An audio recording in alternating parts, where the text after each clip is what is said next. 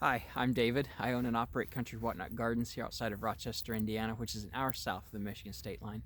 I grow 25 different species and varieties of bamboo, and this one behind me is a video that I've been putting off doing. I've been doing all the other species and varieties of bamboo and putting off this one because I feel like I'm going to take dreams and dash them on the rocks, and I don't want to do that. The reason is, a lot of people want a clumping bamboo, right? Because they're non-invasive. True, they are. They're not invasive at all. But this is a clumping bamboo. This is Fargesia rufa. Fargesia dracocephala rufa. It was previously classified as Fargesia rufa, pardon me. It is now a variety of dracocephala. And I have tried numerous other Fargesia in the past, over the past close to 20 years. I've tried Fargesia nitida, Fargesia Mirelle, different varieties of those. McClure, Nymphenburg, all different ones.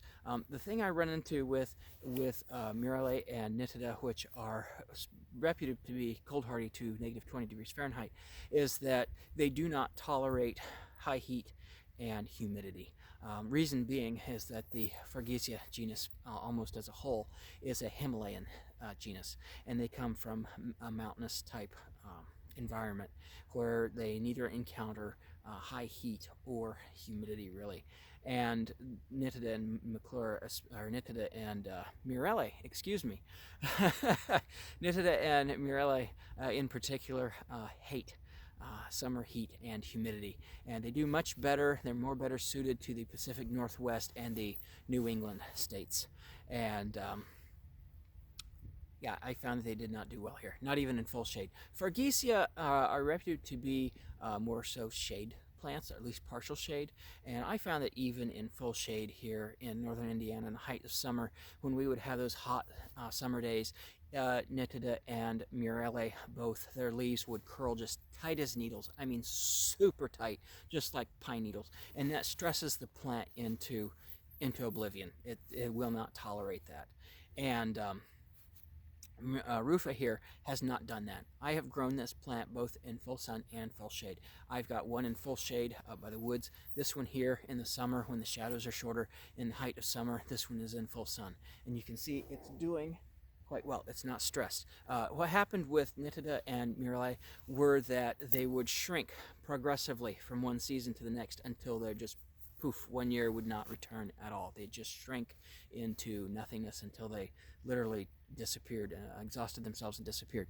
I will say that Fargesia dracocephala rufa here did shrink at first when I planted it, and I find that to be a thing with Fargesia, that when you first plant them, they do shrink a little bit the following year. So if you can afford a larger plant, get one larger than what you think you're going to want if you're going to plant Fargesia. Now, the reason I said at the beginning of the video is I've been avoiding this video because I feel like I'm going to just ruin somebody's hopes and dreams, is because a lot of people have this vision of being able to plant a bamboo that will get 20 foot tall, grow very upright in a narrow space, provide a beautiful screen, and it will grow to that size very quickly because, as we all know, bamboo grows very quickly, right? Well, at least once it has an established root system, it does. Not until then. And they want that bamboo then to stop growing and be clumping and slow growing after that point. That's not how plants grow. If they grow fast, they're always going to grow fast. They grow slow, they're pretty much always going to grow slow. At least it's that way with bamboo. We're speaking of bamboo plants. This Fargesia dracocephala rufa here has been here for about 8 years. And as you can see, it's barely, not even 2 feet tall and maybe 2 feet across. Yeah, it's very non-invasive. That's how non-invasive it is. And this is the only clumping bamboo that we can grow here because of our cold winters and our hot, humid summers. There are other Fargesia that will take cold winters, like I said, but they will not take our heat and humidity in the summer. This has been the only clumping bamboo that will take both our heat and humidity. And as you can see, it is nowhere near being a screen. In fact, I'm going to get up and go stand by it so you can see exactly how big it is. Just a second.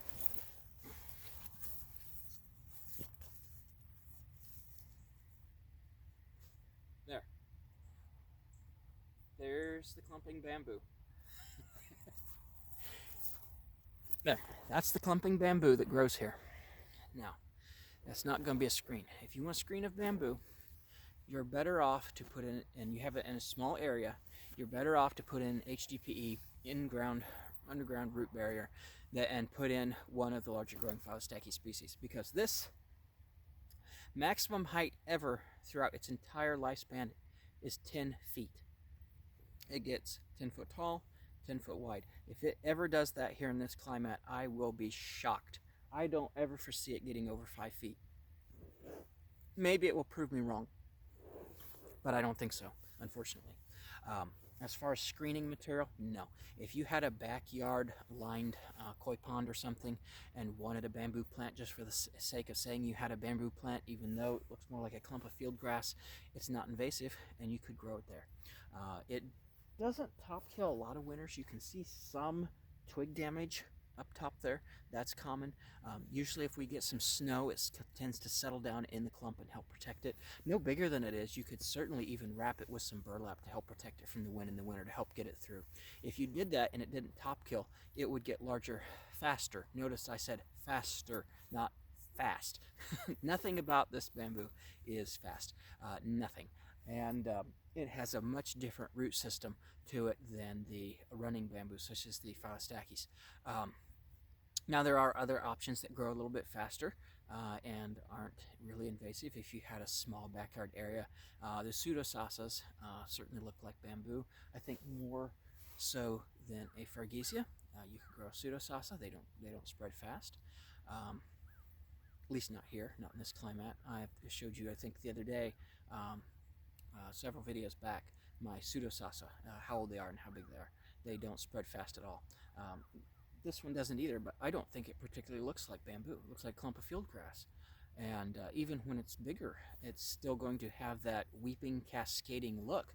It'd look nice next to a waterfall or something. If you had a backyard pond and a waterfall, I think it would look good next to that.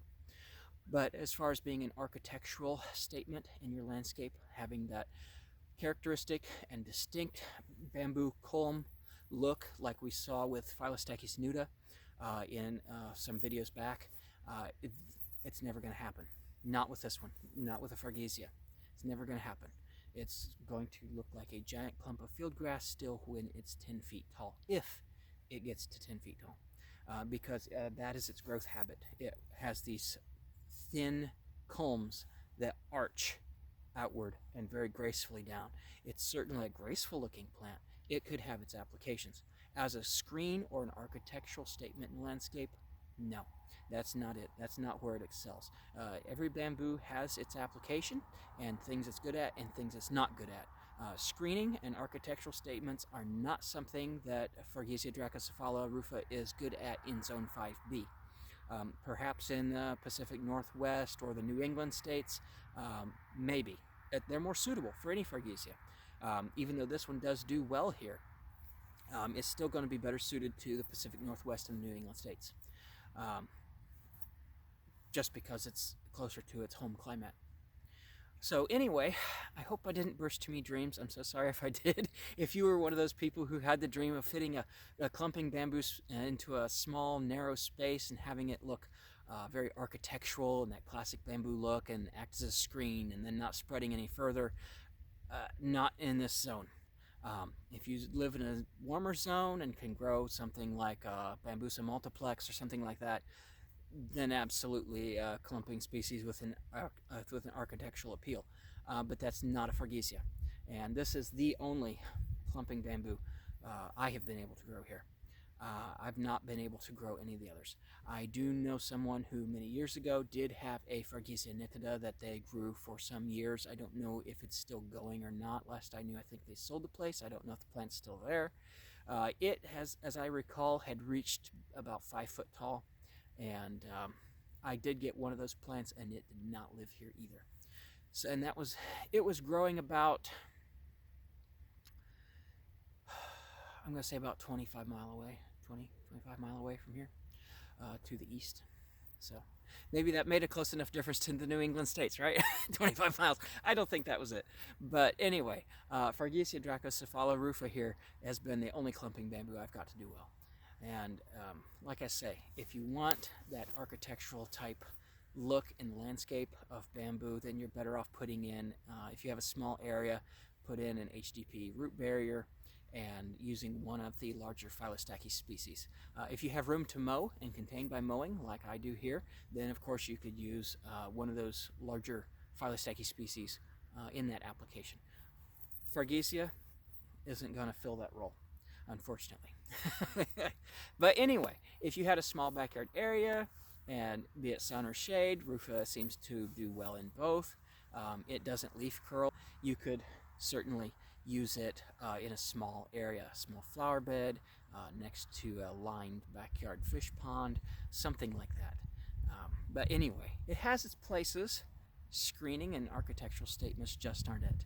But anyway, I hope you haven't found this video about clumping bamboo too depressing. It's got its uses.